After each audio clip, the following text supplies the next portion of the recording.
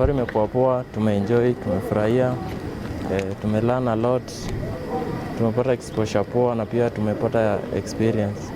Since day one tukitoka hapa tulikuwa na goal of which naweza sema tumeachieve. It was a good performance pia kwa tournament.